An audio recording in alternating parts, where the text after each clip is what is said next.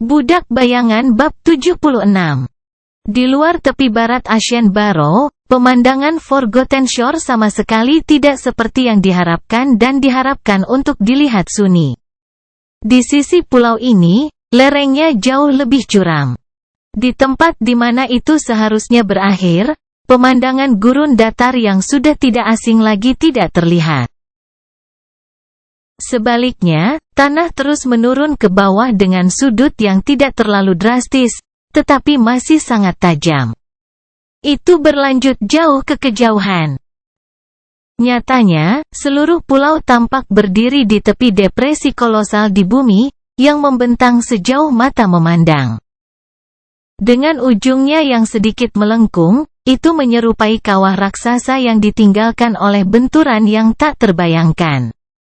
Dari pengamatan Sunny, diameter kawah hanya bisa dihitung dalam ratusan kilometer.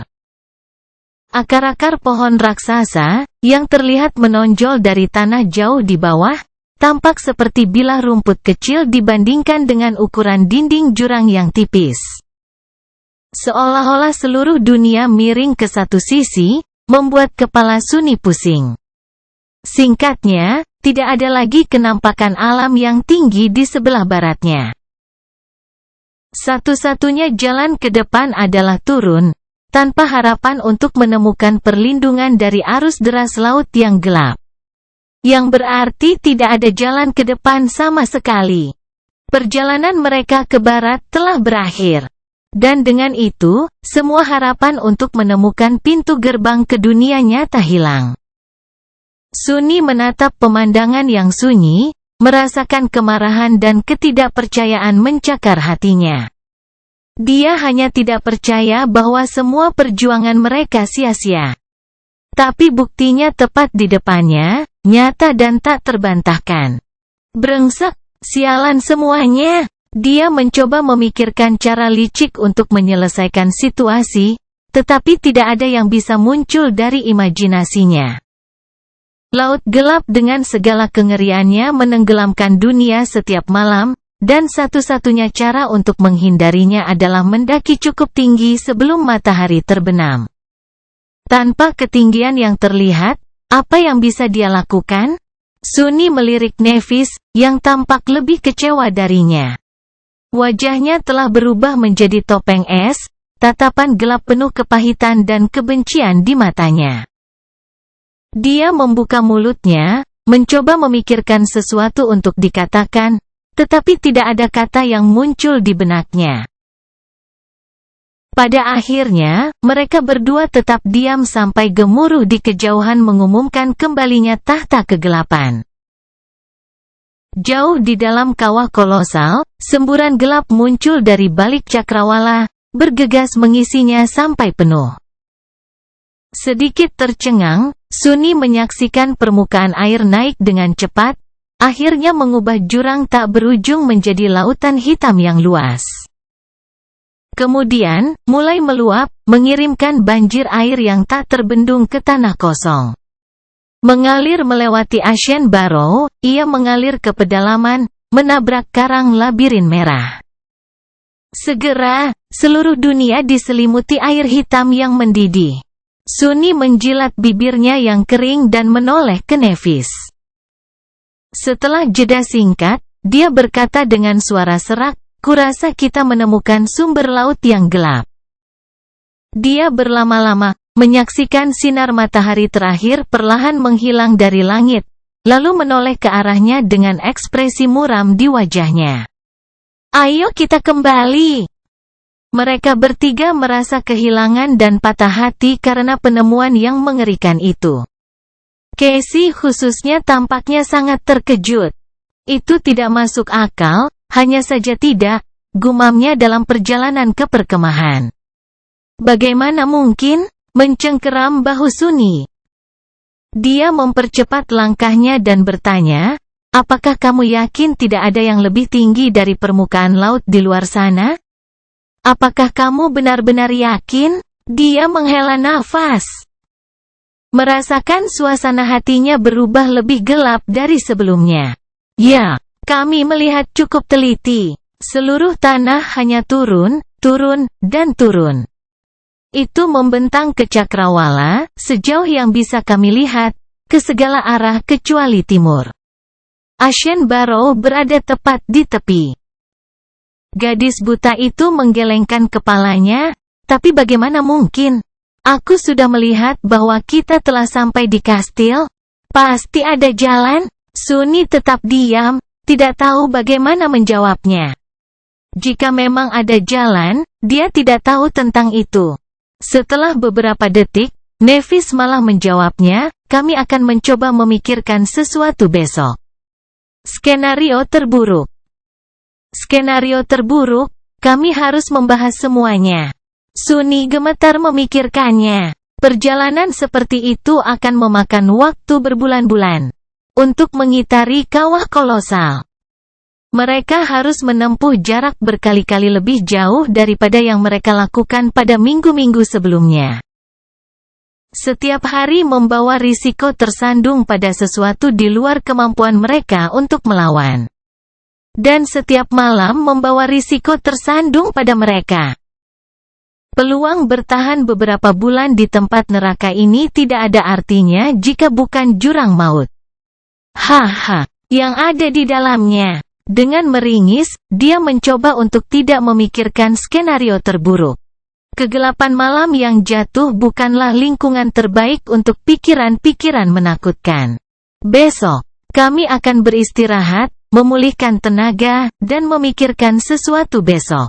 Seperti yang dikatakan Casey. Karena dia melihat kita memasuki kastil, pasti ada jalan.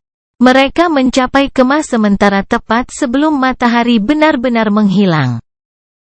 Berbaring di ranjang darurat dari daun-daun yang berguguran, Sunny dengan lelah menutup matanya dan berpikir, kuharap aku tidak akan melihat mimpi apapun hari ini. Kemudian, dia sedikit mengerutkan kening. Mimpi? Sejak kapan aku bisa bermimpi di tempat ini? Oh, benar, ada satu mimpi itu. Atau apakah itu sebuah kenangan? Tentang apa lagi? Sepertinya aku tidak ingat. Dengan pikiran itu menghilang dari benaknya, dia tertidur. Di pagi hari, suasana di antara mereka bertiga cukup muram. Sepertinya tidak ada yang ingin berbicara atau melakukan apapun, menatap tanpa tujuan ke tanah atau gemerisik dedaunan dari pohon besar itu. Selain pukulan wahyu kemarin, mereka juga lapar. Mayat Demon Carapace mulai terlihat semakin menarik, setidaknya bagi Sunny. Namun, dia masih belum melanggar janjinya kepada Casey. Akhirnya, Nevis memecah kesunyian. Sambil berdiri, dia mendongak dengan tekad muram dan berkata, aku akan memanjat ke puncak pohon dan melihat-lihat. Mungkin aku akan melihat sesuatu yang kita lewatkan dari ketinggian.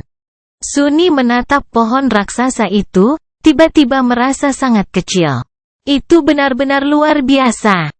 Ashen Barrow sendiri sudah jauh lebih tinggi daripada patung kesatria raksasa itu dan semua tempat perlindungan lain yang pernah mereka lihat, dan pohon itu hampir mengerdilkan ukurannya. Mendaki ke atas akan membutuhkan banyak waktu dan tenaga. Tapi mungkin dia benar-benar bisa melihat sesuatu dari ketinggian yang luar biasa itu. Dia menggaruk bagian belakang kepalanya dan berkata, baiklah. Tapi hati-hati, awasi langit. Jika kamu melihat kekejian bersayap itu lagi, kembalilah. Changing Star memberinya anggukan dan menuju ke pohon. Tanpa menoleh, dia dengan tenang berkata sebagai perpisahan, jaga Casey selagi aku pergi. Seharusnya tidak lebih dari beberapa jam. Sunny melambaikan tangan dan melihatnya berjalan pergi. Kemudian, dia mencoba memikirkan sesuatu untuk dilakukan. Pada hari biasa, dia pasti sudah memulai latihan paginya. Tapi hari ini, dia terlalu lapar. Ayo. Kelaparan bukanlah alasan. Apakah Anda pikir Anda akan selalu kenyang sebelum pertempuran? Tidak. Jadi bangun dan latih. Apakah Anda tidak ingin mencoba merasakan Midnight Sun di tangan Anda? Sambil menghela napas, Sunny bangkit. Dia berlatih selama 1 jam, menikmati sensasi pedang barunya yang cepat dan dapat diandalkan. Tachi panjang itu benar-benar luar biasa. Itu ringan, bermanuver, dan tak henti-hentinya. Ujungnya bernyanyi saat memotong udara. Sunny sudah merasa seolah itu adalah bagian dari dirinya. Gerakannya lancar dan terukur, hampir elegan. Setelah sesi latihan selesai, dia memutuskan untuk melakukan sesuatu yang berguna. Berjalan ke mayat Carapace Demon, Sunny menghabiskan beberapa waktu untuk mencongkel pecahan jiwa darinya. Pada akhirnya, dia mengumpulkan ketiga kristal itu dengan susah payah dan menyimpannya ke dalam ransel rumput laut. Apa yang harus dilakukan sekarang? Setelah sedikit merenung, dia tiba-tiba mendapat ide dan mencoba menemukan tempat dari ingatannya. Tempat di mana iblis Carapace menjatuhkan pecahan jiwa transenden ke pasir. Pecahan itu telah dibawa ke Ashen Barrow oleh perwira yang tunduk dan akan menjadi suguhan yang nyata bagi Neve atau Cassie. Dia segera menemukan tempat yang tepat. Namun, tidak peduli seberapa keras Sunny mencari, dia tidak dapat menemukan kristal yang memikat itu. Dalam prosesnya, beberapa jam lagi telah berlalu. Aneh, itu cukup besar. Di mana itu bisa terjadi? Dia bertekad untuk melanjutkan pencarian. Tapi, pada saat itu, bayangan yang ditinggalkannya bersama Cassie melihat gerakan di cabang-cabang pohon besar itu. Nevis kembali. Sunny berjalan kembali ke perkemahan, memikirkan apa yang telah ditemukannya. Apakah ada harapan bagi mereka? Atau hanya ada lebih banyak berita buruk? Pada saat dia kembali, Neve dan Cassie sedang duduk di tanah dengan ekspresi santai di wajah mereka. Dia melihat sesuatu, pikir Sunny, tiba-tiba bersemangat. Tapi di detik berikutnya, matanya melebar. Kedua gadis itu memegang sesuatu di tangan mereka, bibir mereka dicat merah. Mereka sedang makan. Mereka sedang makan buah dari pohon besar itu. Budak Bayangan bab 77.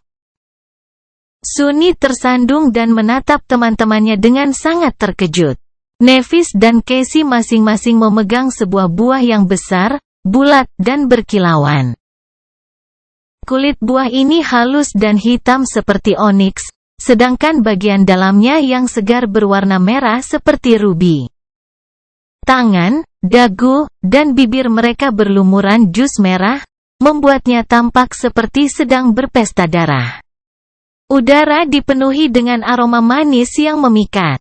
Sunny mundur. Tapi perutnya tanpa sadar menggeram, mengingatkannya betapa laparnya dia. Nevis memandang Sunny dan memberinya senyum santai. Hai! Dia menatapnya, kehilangan kata-kata. Akhirnya, setelah beberapa detik berlalu, Sunny menenangkan diri dan berteriak, apa maksudmu hei? Apa yang kamu lakukan? Suaranya keras, penuh ketidakpercayaan dan kemarahan. Baik Neve maupun Cassie berbalik menghadapnya. Mereka tampak bingung. Mengapa kamu berteriak? Sunny menganga pada mereka, merasa seperti kehilangan akal. Mengapa mereka begitu acuh tak acuh tentang hal ini? Apa yang sedang terjadi di sini? Mencoba memahami situasinya, dia melangkah maju dengan hati-hati dan menatap Nevis. Apakah dia? Tunggu. Apa yang dia pikirkan? Dia sangat lapar. Sulit untuk berkonsentrasi pada apapun kecuali makanan. Mengibaskan ingatan yang tak terduga, Sunny ingat apa yang akan dia katakan dan menekan, kenapa kamu berubah pikiran? Changing Star mengerutkan kening. Berubah pikiran? Tentang apa? Dia mengatupkan giginya, berpikir bahwa dia mencoba membodohinya. Tentang buah-buahan. Kupikir kita sudah sepakat untuk tidak memakannya. Nevis berkedip, ekspresi bingung muncul di wajahnya. Benarkah? Kenapa? Suni membuka mulut untuk menjawab, tapi kemudian membeku. Sebenarnya, mengapa mereka membuat perjanjian itu? Aku tidak begitu ingat. Dia yakin ada alasannya, tapi ingatannya benar-benar kosong. Pasti ada kesepakatan, bukan? Dia cukup yakin bahwa ada, setidaknya sampai beberapa saat yang lalu. Sekarang, bagaimanapun, apakah dia membayangkan semuanya? Benar-benar tidak ada alasan untuk tidak memakan buah yang memikat. Apalagi saat mereka bertiga sangat lapar. Tidak, tunggu. Itu tidak benar. Kau baik-baik saja, Suni? Dia tersentak dan melirik Nevis, yang menatapnya dengan perhatian. Tiba-tiba, Suni merasa tersesat dan bingung. Apa yang mereka bicarakan? Sesuatu tentang semacam kesepakatan? Kesepakatan apa? Tidak tahu bagaimana menjawab. Dia hanya berdiri di sana dengan cemberut di wajahnya dan cemberut. Aduh, ini memalukan. Apakah saya benar-benar melamun saat dia berbicara kepada saya? Untungnya, Casey segera menyelamatkannya. Dia selalu tahu bagaimana membuat situasi tidak terlalu canggung. Apakah kamu marah karena kami mulai makan tanpamu? Dia memandangnya dan memperhatikan buah besar dan lezat di tangannya. Perutnya keroncongan. Sangat lapar. Kurasa. Casey tersenyum dan menunjuk ke tanah, di mana buah lain diletakkan di atas tumpukan daun yang jatuh. Giginya diolesi jus merah. Jangan khawatir. Neve membawa mereka bertiga, masing-masing satu. Betapa baiknya dia. Suni mengambil buah itu, melihatnya, dan menggigitnya tanpa berpikir. Seketika, mulutnya dipenuhi dengan rasa manis yang menyenangkan dan sejuk. Buah yang segar dan berair mungkin adalah yang paling enak yang pernah dia rasakan. Itu bergizi dan menyegarkan, dengan tekstur yang kaya dan aftertaste yang lembut dan bertahan lama. Daging Ruby praktis meleleh di lidahnya, membuat seluruh tubuhnya kesemutan. Itu adalah kegembiraan murni dalam bentuk buah. Wow, terlepas dari kegembiraannya, entah kenapa Suni merasa terganggu. Ada yang salah dengan keseluruhan situasi ini. Tapi apa? Menggigit lagi, dia mengerutkan kening dan mencoba memahami sumber dari perasaan cemas ini. Sulit untuk memikirkan apapun kecuali bagaimana rasa surgawi dari buah pohon jiwa, tetapi dia memaksa dirinya untuk berkonsentrasi. Pohon jiwa? Sejak kapan? Tunggu, jangan terganggu. Suni akhirnya bisa menentukan sumber keanehan itu. Itu adalah bayangannya. Saat dia mengulurkan tangan untuk mengambil buah itu, bayangan itu tidak meniru gerakannya, seolah enggan menyentuhnya. Bahkan sekarang dia tidak bergerak, menolak meniru dia memakan buah. Aneh, ada apa dengan orang ini? Suni menggigitnya sekali lagi dan menatap bayangan itu, melamun. Bayangan itu memiliki temperamen yang eksentrik, tetapi jarang melakukan sesuatu tanpa alasan. Jika tidak menyukai buahnya, pasti ada yang salah dengan buah. Suni mengerutkan kening, tiba-tiba merasakan rasa takut mencengkeram hatinya. Ada sesuatu, ada yang salah dengan... Sialan, kenapa begitu sulit memikirkan hal ini? Ada yang salah dengan buahnya? Mengapa ada? Tunggu, apakah ini sebabnya aku berteriak pada Nevis? Dia melanggar kesepakatan. Apa kesepakatannya? Suni hampir mengingat sesuatu yang sangat penting. Dia merasa seolah-olah dia hanya perlu menarik utasnya, dan seluruh kebenaran akan terungkap dengan sendirinya. Sesuatu yang mengerikan akan terjadi jika dia gagal. Tapi kemudian, Suni terganggu. Sesuatu yang tidak terduga terjadi, sesuatu yang membutuhkan perhatian penuhnya. Seketika, dia entah bagaimana melupakan semua masalah dengan buah pohon jiwa. Karena pada saat itu, mantra sedang berbicara ke telinganya, bayanganmu semakin kuat. Apa-apa? Dia berkedip, lalu melihat buah lezat di tangannya. Mantra mengumumkan peningkatan kekuatannya tepat setelah Sunny menelan gigitan ketiganya. Tertegun, dia mengangkat kepalanya dan menatap Nevis. Changing Star juga sedang menatap buahnya dengan ekspresi aneh di wajahnya. Merasakan tatapannya, dia mendongak. Sunny menjilat bibirnya. Apakah kamu? Pada saat yang sama, Nevis berkata, aku baru saja menyerap 1 titik esensi jiwa. Tanpa berkata apa-apa, mereka berdua menoleh ke Casey. Gadis buta itu dengan antusias melahap buah itu. Jus merah mengalir di dagunya dan menetes ke tanah. Berhenti sejenak, dia tersenyum. Sebenarnya, aku menerima milikku beberapa gigitan yang lalu. Mata Sunny melebar. Dengan penuh semangat, dia memanggil rune dan menemukan klaster yang tepat, fragmen bayangan, 97/1000. Dia benar-benar menerima sebuah fragmen. Dia menerima pecahan bayangan tanpa mempertaruhkan nyawanya dalam pertempuran melawan monster mematikan. Akhirnya, Sunny bisa menyadari mengapa iblis karapas begitu terpaku pada pohon jiwa dan buahnya. Buah-buahan ini adalah sihir murni. Melupakan semua tentang perasaan tidak nyaman, dia mengangkat tangannya dan dengan rakus menggigit daging yang segar, lezat, dan bernutrisi. Larut malam, ketika matahari sudah tersembunyi di balik cakrawala dan laut yang gelap sekali lagi mengubah Ashen Barrow menjadi pulau yang sepi, mereka bertiga bersiap untuk malam. Mereka telah memindahkan kemah mereka untuk beristirahat di antara akar-akar pohon besar itu.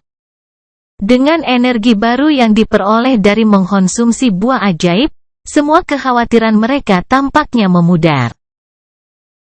Karena tidak ada cara untuk bergerak lebih jauh ke barat, Nevis, Sunny, dan Casey telah memutuskan untuk beristirahat selama beberapa hari sebelum mengambil keputusan. Mereka pantas mendapatkan liburan singkat. Ashen Barrows adalah tempat yang sempurna untuk memulihkan diri. Tidak ada monster di gurun sekitarnya, itu cukup besar untuk melindungi mereka dari kengerian laut, dan mereka memiliki banyak makanan berkat pohon jiwa. Terlebih lagi, makanan itu bahkan bisa memberi mereka kekuatan. Di mana lagi mereka bisa tumbuh lebih kuat tanpa mempertaruhkan nyawa mereka? Sejauh ini, tempat ini hampir seperti surga. Sunny berbaring di kasur darurat dari daun-daun berguguran, untuk pertama kalinya merasa santai dan optimis setelah berhari-hari. Hal-hal tampaknya menjadi lebih baik. Sebelum tertidur, dia melihat ke dahan pohon besar yang perkasa dan berpikir dengan sedikit penyesalan. Dengan hilangnya iblis karapas, tidak ada lagi yang melindungi pohon yang luar biasa ini. Saat kita melanjutkan perjalanan kita, itu akan benar-benar tidak berdaya. Sayang sekali, kesadarannya sudah setengah tertidur. Namun, satu pemikiran terakhir memasuki benak Sunny tepat sebelum dia benar-benar tenggelam dalam pelukan kegelapan. Sayang sekali tidak ada orang di sini untuk menyajikannya. Dan memberinya makan. Dan membantunya menyebarkan benihnya. Budak Bayangan bab 78. Di pagi hari, Sunny dibangunkan oleh gemerisik dedaunan yang lembut. Membuka matanya, dia melihat sinar matahari jatuh melalui mahkota merah pohon jiwa, melukis dunia dalam nuansa merah muda yang lembut. Pemandangan itu indah dan tenang. Rasanya seolah-olah tidak ada bahaya dan teror dari alam mimpi yang bisa mencapainya di sini. Angin sepoi-sepoi menyentuh kulitnya, membawa serta kesejukan dan aroma dedaunan yang berguguran. Untuk pertama kalinya setelah sekian lama, Sunny merasa damai.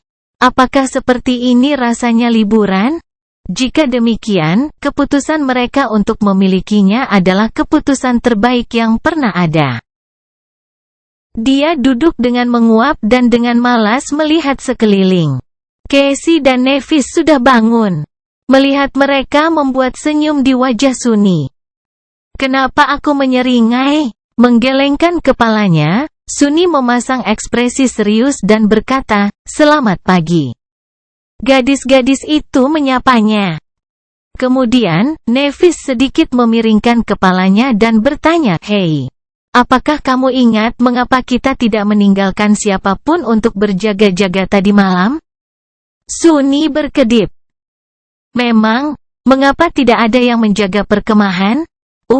Tidak. Kurasa kita terlalu lelah. Lagi pula, di sini sangat aman. Kenapa tidak tidur?" Dia mengerutkan kening. Sunny mengira Changing Star akan mencaci maki mereka, tapi, di luar dugaan, dia hanya mengangkat bahu. "Kukira, itu tidak seperti dia. Apakah saya bukan satu-satunya dalam suasana hati yang baik?"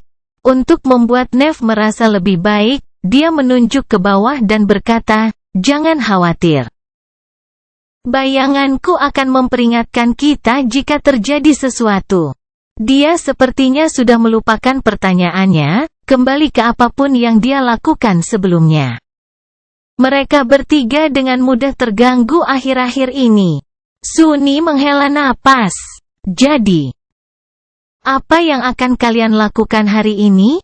Casey menoleh padanya sambil tersenyum dan menjawab dengan nada menggoda, "Tidak apa-apa. Kita sedang berlibur. Ingat, jadi kita hanya akan beristirahat dan bersantai." Kedengarannya seperti sebuah rencana. Berbicara tentang rencana. Pada saat itu, Casey merengut dan berkata dengan ekspresi tegas yang lucu, "Kamu juga, Sunny. Kamu tidak boleh membuat rencana, plot, dan skema. Duduk saja dan nikmati hari ini." "Oke." Sunny menggaruk belakang kepalanya. "Baiklah." Dia merasa seperti melupakan sesuatu. "Tapi apa?" Melihat Nevis, Sunny ragu-ragu dan bertanya, "Ingatkan aku, mengapa kamu memanjat pohon jiwa kemarin?" Dia menatapnya dengan bingung. Aku tidak begitu ingat." Untuk mendapatkan buahnya, Sunny tersenyum saat menyebut buah ajaib itu dan mengangguk. "Ya, itu masuk akal. Beberapa hari berlalu, Sunny, Nevis dan Casey menghabiskan waktu mereka dengan bermalas-malasan, tidak peduli dengan apapun di dunia. Tubuh dan pikiran mereka yang lelah membutuhkan waktu untuk beristirahat. Mereka tidur sampai tengah hari, makan buah-buahan yang enak dan duduk di sekitar api, berbicara atau sekadar berendam dalam kehangatan. Terkadang, mereka akan bermain game atau terlibat dalam bentuk hiburan lainnya. Di lain waktu, mereka akan menyendiri, menikmati perasaan privasi yang hampir terlupakan. Sunny adalah seorang penyendiri hampir sepanjang hidupnya, jadi beberapa minggu terakhir yang dia habiskan bersama orang lain, bahkan tanpa 1 menit pun untuk dirinya sendiri, merupakan pengalaman yang melelahkan. Dia menikmati kesempatan untuk menyendiri dengan pikirannya sekali lagi. Untungnya, pulau itu cukup besar untuk mereka bertiga tinggal terpisah jika tidak ingin diganggu. Bukannya itu sering terjadi. Pada awalnya, dia mengira bahwa bermalas-malasan tanpa melakukan apa-apa akan dengan cepat menjadi membosankan, tetapi yang mengejutkan, ternyata tidak. Dia merasa baik-baik saja hanya berbaring di tanah dan menatap cabang pohon jiwa yang bergoyang lembut, terperangkap dalam lamunan yang membahagiakan. Pada saat-saat seperti ini, dia akan lupa waktu, seringkali menyadari bahwa seluruh jam telah berlalu hanya ketika matahari akan terbenam. Konsep waktu, secara umum, menjadi sangat sulit untuk dipahami. Sunny tidak sepenuhnya yakin sudah berapa hari yang mereka habiskan di pulau yang damai itu. Dia cukup yakin bahwa itu kurang dari seminggu, tetapi tidak dapat mengingat jumlah pastinya. Tidak dapat mengingat sesuatu telah menjadi kejadian umum. Mereka bertiga semakin linglung dan pelupa. Kadang-kadang, Sunni mendapati dirinya berusaha mengingat detail kehidupan sebelumnya atau memperhatikan keanehan perilaku mereka. Tetapi semenit kemudian, dia akan melupakan kekhawatiran ini, terganggu oleh beberapa pemikiran atau kejadian yang tidak berbahaya. Ingatannya menjadi lebih berbahaya dan lebih berbahaya. Satu-satunya hal yang jelas di dalamnya adalah betapa lezat dan menyegarkannya buah ajaib itu, betapa menyenangkannya hidup di bawah naungan pohon jiwa, dan betapa megahnya itu. Pohon itu indah, baik hati dan murah hati. Itu melindungi mereka dari penyakit terkutuk dari labirin merah, menjauhkan monster dan menyediakan makanan baik untuk tubuh mereka maupun untuk inti jiwa mereka. Sunni semakin yakin bahwa menemukan pohon jiwa yang agung adalah berkah sejati. Pikiran untuk meninggalkan hadiahnya dan kembali ke kengerian dunia luar tampak semakin tidak menarik. Mengapa pergi ketika mereka sangat bahagia di sini? Ya, setidaknya ada dua. Sementara Nevis pada awalnya riang dan tenang seperti Sunni dan Casey, seiring berjalannya waktu, anehnya dia menjadi putus asa dan murung. Sepertinya dia telah kembali ke dirinya yang dulu, jauh dan tidak ramah.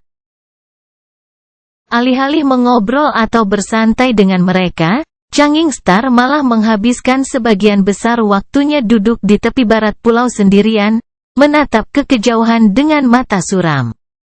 Sunni tidak tahu apa yang salah. Dia mengkhawatirkannya. Bahkan kehilangan ingatan yang sering dan bertubi-tubi tidak berhasil mengatasi kekhawatirannya tentang Nev. Pada suatu malam, Sunni mendekati lereng barat pulau, merasa seolah-olah kepalanya akan pecah karena kesakitan. Untuk beberapa alasan, dia terus melupakan alasan kunjungan ini dalam perjalanan ke sini. Butuh semua kemauannya untuk mempertahankan niatnya. Dia ingin memeriksa Nevis. Seperti biasa, dia duduk di punggung bukit tepi barat, menatap ke kejauhan. Sunni naik ke punggung bukit dan duduk, menatapnya dengan ragu. "Hai, Nep," Changing Star meliriknya. Ekspresi acuh tak acuhnya kembali, membuat segala upaya untuk memahami emosinya yang sebenarnya sia-sia. Namun, jelas bahwa dia tidak baik-baik saja. "Hai." Sunni menggaruk belakang kepalanya. Apakah dia melihat sesuatu, atau rambutnya sedikit lebih panjang dari sebelumnya? "Mengapa kamu tidak menikmati liburan?" Changing Star mengerutkan kening. Setelah beberapa saat, dia berkata, "Bukankah kita harus terus bergerak ke barat?" Dia mengangkat alisnya, terkejut. "Barat? Apa yang ada di barat?" Kerutan Nev semakin dalam, berubah menjadi cemberut. Aku tidak ingat, tapi aku merasa. Dia terdiam, lalu berkata pelan, "Aku merasa harus melakukan sesuatu yang sangat penting. Meninggalkan pohon jiwa. Sungguh ide yang aneh." Sunni merenung beberapa saat, mencoba memahami dari mana dia mendapat ide bahwa mereka harus pindah ke suatu tempat. Akhirnya, dia bertanya, "Kenapa barat, dari segala arah?" Nevis berpaling kepadanya. Ada ekspresi sedih dan aneh di wajahnya. Sambil menggertakkan giginya, dia berbisik, "Aku tidak tahu." Sunni menghela napas. Jika dia tidak tahu, maka dia, tentu saja, juga tidak tahu. Yang dia tahu hanyalah bahwa dia ingin membuatnya merasa lebih baik. Tapi bagaimana caranya? Sunni mengerutkan kening, mencoba memikirkan cara. Dia merasa ada sesuatu yang sangat jelas yang dia lupakan. Sesuatu yang akan langsung menghapus penderitaan Nev. Ketika kesadaran menghantamnya, dia membeku. "Tentu saja. Bagaimana aku bisa lupa?" Jawabannya sangat jelas. Dia hanya harus memanjat pohon jiwa dan menemukan buah yang sangat berair untuk dimakannya. Budak Bayangan bab 79. Hari sudah gelap ketika Sunny kembali ke pohon besar. Casey tertidur, meringkuk dengan nyaman di bawah jubahnya. Ada senyum damai di wajahnya. Mimpi indah. Dia tidak terganggu oleh penglihatannya yang mengerikan dalam waktu yang lama. Semuanya menjadi lebih baik sejak mereka memutuskan untuk tinggal di pulau yang tenang. Semuanya kecuali suasana hati Neve. Dia bahkan tidak repot-repot kembali ke perkemahan hari ini, tetap berada di tepi barat gerobak dorong. Sunny tidak suka dia begitu dekat dengan air hitam. Dia menghela nafas. Aku perlu mendapatkan beberapa buah yang enak untuknya sesegera mungkin. Dia pasti tidak akan bisa tetap sedih setelah memakan buah ajaib.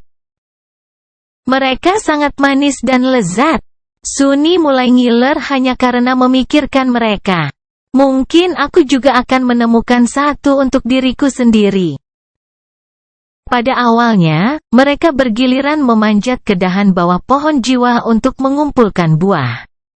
Namun akhir-akhir ini, Nevis tampaknya terganggu oleh kemurungannya yang aneh. Akibatnya, kelompok tersebut mengandalkan dia untuk membawa buah-buahan untuk semua orang. Dia sudah memetik bersih cabang terendah, memilih buah yang paling matang terlebih dahulu. Yang kemudian lebih kecil dan tidak surgawi, meskipun rasanya masih luar biasa. Karena setiap buah cukup besar untuk mengenyangkan seseorang untuk waktu yang lama, mereka jarang makan lebih dari satu buah dalam sehari. Buah yang paling matang memberi Sunny 1 atau 2 fragmen bayangan, sedangkan yang lebih kecil memberi 1 atau bahkan tidak sama sekali. Aku bertanya-tanya berapa banyak fragmen bayangan yang aku kumpulkan. Harus lebih dari 100 kan? Bahkan mungkin 110. Tidak mungkin. Kami baru di sini beberapa hari, paling lama seminggu. Dia hanya bisa memanggil rune dan memeriksa, tapi entah bagaimana pikiran itu bahkan tidak terpikir olehnya. Jika itu terjadi, dia akan merasa ngeri. Melupakan semua tentang pecahan bayangan, Sunny mendongak dan menggaruk bagian belakang kepalanya. Awalnya, dia berencana untuk memanjat pohon di pagi hari dan menjelajah lebih tinggi dari sebelumnya, mencari buah terbaik dan terlezat yang mungkin untuk diberikan kepada Neve. Tapi setelah memikirkannya, dia memutuskan untuk tidak menunggu sampai malam berakhir. Bagaimanapun, dia bisa melihat dengan sempurna dalam kegelapan. Dan dengan cara ini, dia akan bisa memberi Changing Star hadiah yang menyenangkan lebih cepat. Mendekati batang pohon ajaib itu, Sunny mulai memanjat. Peregangan pertama adalah yang paling sulit karena dia tidak punya apa-apa untuk diraih kecuali retakan kecil dan tonjolan pada kulit kayu obsidian yang halus. Mencapai cabang membutuhkan banyak usaha. Namun, dia sudah terbiasa dengan itu. Menggerakkan tangan dan kakinya hampir sesuai insting, Sunny semakin tinggi. Segera, dia sudah menarik dirinya di atas cabang yang sangat besar dan lebar. Cabang pertama ini selebar jalan raya. Ia duduk dan beristirahat sejenak, menikmati sejuknya udara malam. Sunny belum pernah memanjat pohon jiwa dalam kegelapan sebelumnya. Tanpa sinar matahari cerah yang jatuh melalui dedaunan, anehnya tampak berbeda. Kemegahan yang semarak hilang, digantikan dengan keheningan yang menakutkan. Gemerisik daun merah tua sepertinya tidak lagi menenangkan dan menenangkan. Bahkan, hal itu membuat Sunny bergidik. Kedengarannya seperti ribuan dan ribuan jiwa yang terperangkap, semuanya berteriak kesakitan. Ada apa denganku hari ini? Bagaimana saya bisa memikirkan hal-hal seperti itu? Bodoh sekali. Untung pohon besar itu tidak bisa mendengarku, kalau tidak, aku akan sangat malu. Maafkan aku, pohon jiwa. Sambil menggelengkan kepalanya, Sunny berdiri dan melanjutkan pendakian. Dia sangat kecewa pada dirinya sendiri. Setelah semua hal baik yang diberikan pohon itu kepada mereka, dia dengan bodohnya meragukan kebajikannya. Keagungannya, keinginannya untuk melahap, selalu rakus, selalu tumbuh. Kelaparan, lapar. Selamanya. Betapa tidak berterima kasih. Kenapa dia bahkan mulai berpikir tentang, apa sebenarnya yang dia pikirkan? Sunny mengerutkan kening, gagal mengingat alur pikirannya. Apapun itu. Saya di sini untuk mencari buah yang enak untuk Neve, bukan melatih penalaran saya. Mendaki semakin tinggi, dia segera meninggalkan area yang telah mereka jelajahi sebelumnya. Mahkota pohon besar itu cukup luas untuk membentuk labirinnya sendiri. Cabang-cabang besar tumbuh semraut ke segala arah, saling melilit dan bersilangan, dengan dedaunan tebal menghalangi garis pandang dan membuat upaya mencari buah menjadi sulit dan memakan waktu. Tetap saja, Sunny bertekad untuk melanjutkan. Dia berpikir bahwa jika dia pergi sangat tinggi, di mana sinar matahari lebih padat, buahnya akan jauh lebih matang. Mereka belum pernah mencoba buah dari dahan yang lebih tinggi. Jika dia dapat menemukan yang benar-benar luar biasa, Nevis harus berubah pikiran dan membuang pikiran anehnya untuk meninggalkan pulau itu. Bagaimanapun, buah-buahan ini ajaib. Mungkin dia bahkan akan tersenyum. Terdorong, Sunny melanjutkan pendakian. Waktu perlahan berlalu. Setelah sekian lama, Sunny akhirnya memutuskan bahwa dia sudah mendaki cukup tinggi. Dia tidak yakin sudah berapa jam yang lalu dia memulai pendakian, tetapi menilai dari nyeri ototnya dan lebar cabang yang tampak berkurang, dia berada di suatu tempat di bagian atas pohon. Menginjak salah satu cabang, dia perlahan berjalan ke depan dan melihat dari sisi ke sisi. Mencari buah-buahan itu tidak mudah. Untuk itu diperlukan persepsi yang baik dan kesabaran. Dan rasa keseimbangan yang luar biasa, tentu saja. Jatuh dari ketinggian ini bukanlah pengalaman yang luar biasa. Bahkan, itu akan menjadi yang terakhir baginya. Dengan hati-hati mengamati sekeliling, Sunny bergerak semakin jauh dari batang pohon besar itu. Cabang-cabang bergoyang lembut di bawah kakinya. Beberapa kali, dia melompat dari satu ke yang lain, menyebabkan perubahan melodi gemerisik dedaunan. Dalam perjalanan, dia melihat beberapa buah yang menggantung. Mereka tampak matang dan lezat, tetapi tidak ada yang benar-benar istimewa. Dan dia ingin menemukan buah yang paling indah. Akhirnya, Sunny sampai sejauh itu sehingga cabang-cabangnya menjadi sangat sempit dan tipis. Sekarang, ukurannya hampir sama dengan pohon normal, hampir tidak mampu menopang beratnya. Namun dia tetap tidak menemukan hadiah yang cocok untuk Nevis. Sunny tak berdaya melihat sekeliling, kecewa. Dia benar-benar berpikir bahwa dia akan mampu. Kemudian, dia melihat sesuatu yang aneh. Agak jauh darinya, dahan-dahan tepat di atas cabang tempat dia berdiri terpelintir ke bawah, seolah terbebani oleh sesuatu. Namun, dia tidak bisa melihat apa yang ada di balik dinding dedaunan yang hampir tidak bisa ditembus. Nyatanya, dia hanya memperhatikan anomali itu karena gelap. Di siang hari, warna cerah dedaunan pohon jiwa akan membuat bentuk dahan tidak terlihat. Tapi dalam penglihatan malam Sunny, semua warna diredam, hampir berubah menjadi berbagai warna abu-abu. Menarik, melompat, dia meraih cabang yang lebih tinggi dan menarik dirinya ke atas. Kemudian, dengan hati-hati agar tidak jatuh, Sunny mendekati penghalang daun dan menerobos masuk. Dalam prosesnya, dia harus meningkatkan kekuatan dan ketangkasannya dengan bantuan bayangan. Jika tidak, dia harus mundur atau jatuh ke kematiannya. Akhirnya, dia membebaskan dirinya dari lapisan daun terakhir dan maju selangkah. Kemudian, Sunny membeku, matanya terbelalak heran. Tepat di depannya, tersembunyi dari dunia di dalam kantong rahasia dari cabang-cabang yang bengkok, sebuah sarang burung raksasa yang rumit terletak di antara daun-daun merah. Budak Bayangan Bab 80. Sarangnya berbentuk bulat, dengan lubang bundar di tengahnya. Biasanya, sarang seperti itu dibuat dari rerumputan dan ranting, tetapi yang ini dibangun dari cabang-cabang pohon besar, masing-masing setebal lengan manusia.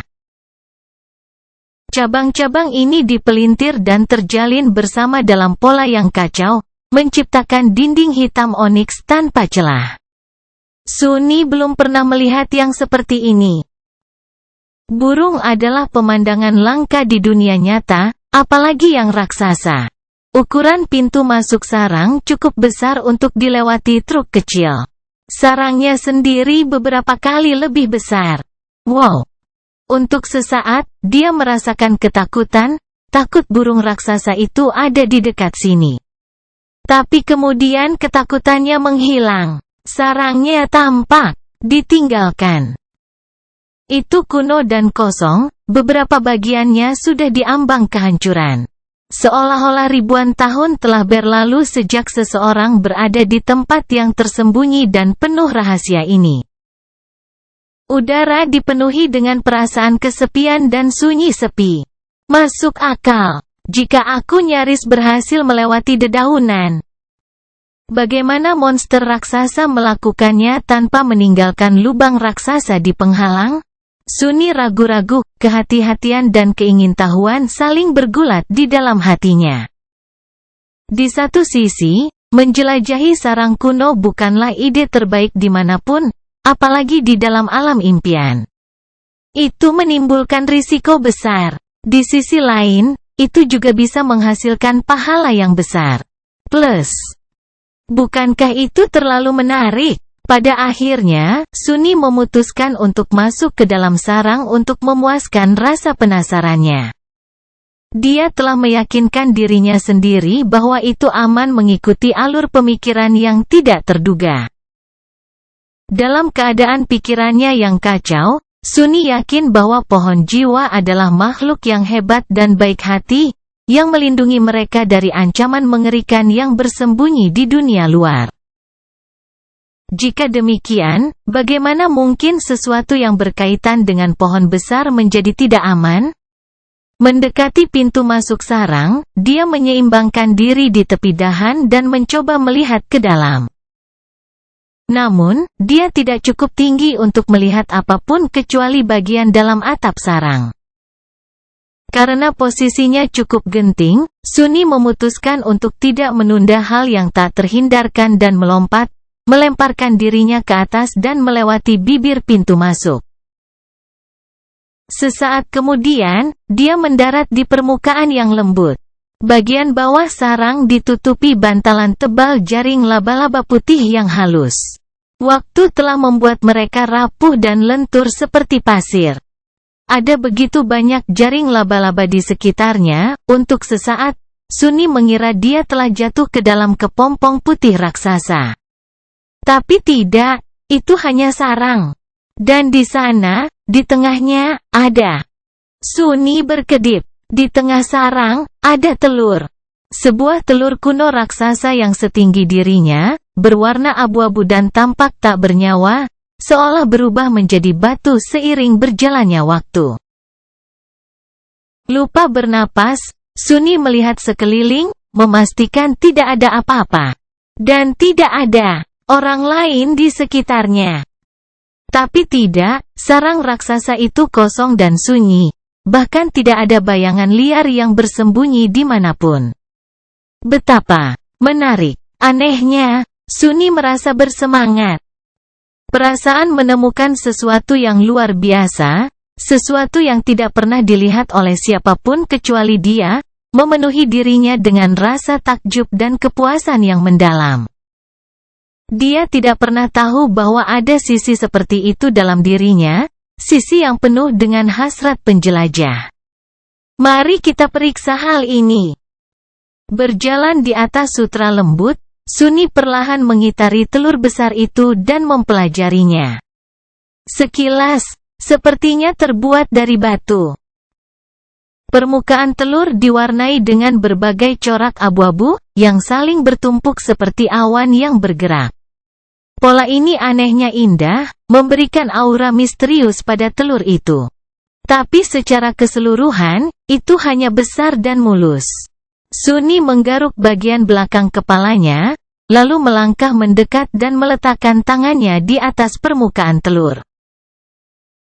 Segera, dia merasakan rasa takjub yang kuat. Telur itu hangat saat disentuh. Apakah masih hidup? Detik berikutnya, Suni merasakan tarikan aneh yang memengaruhi intinya. Seolah-olah telur itu mencoba mencuri kekuatan hidupnya. Dia menyentakkan tangannya dan menatap telur itu dengan ketakutan yang gelap. Benda terkutuk itu tidak hanya hidup, tetapi juga mampu menyedot kehidupan dari apapun yang menyentuhnya. Itu hanya gagal memakan jiwanya karena satu alasan. Sejauh yang diketahui Suni, dia adalah satu-satunya keberadaan di dua dunia tanpa inti jiwa yang sebenarnya. Dia memiliki shadow core yang misterius sebagai gantinya. Itu sebabnya kekuatan hidupnya tidak terpengaruh. Fiu, hampir saja. Melihat telur raksasa itu, Suni memikirkan cara membalasnya. Sarang itu, tanpa diragukan lagi, pernah menjadi milik makhluk mimpi buruk yang sangat kuat. Oleh karena itu, bibitnya juga merupakan makhluk yang memiliki kekuatan yang cukup besar.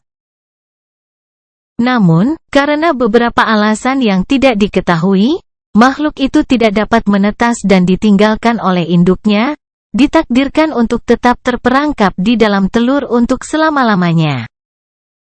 Atau setidaknya sampai orang bodoh yang malang datang cukup dekat untuk memberinya makan dengan esensi jiwa dan memberinya kekuatan yang cukup untuk membebaskan diri. Untungnya, aku bukan orang bodoh. Tunggu.